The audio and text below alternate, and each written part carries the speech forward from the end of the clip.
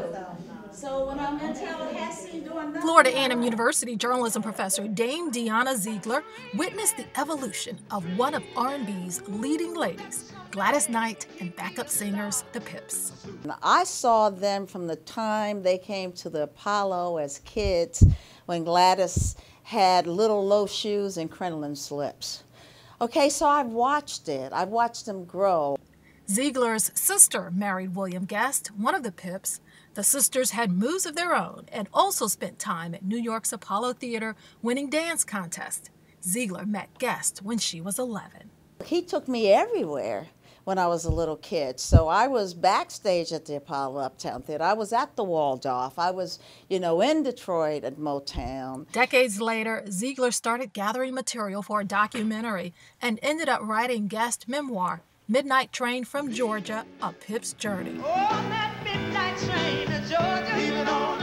Guest wanted to give lessons learned about a rewarding but tough journey.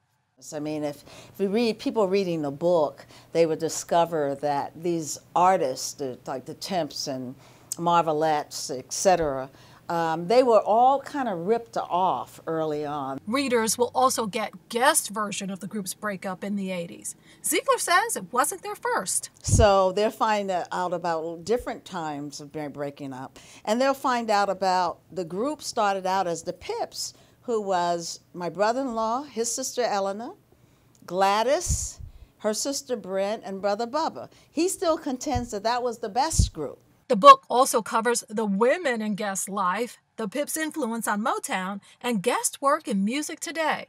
Ziegler learned a lot from the Pips she calls a brother.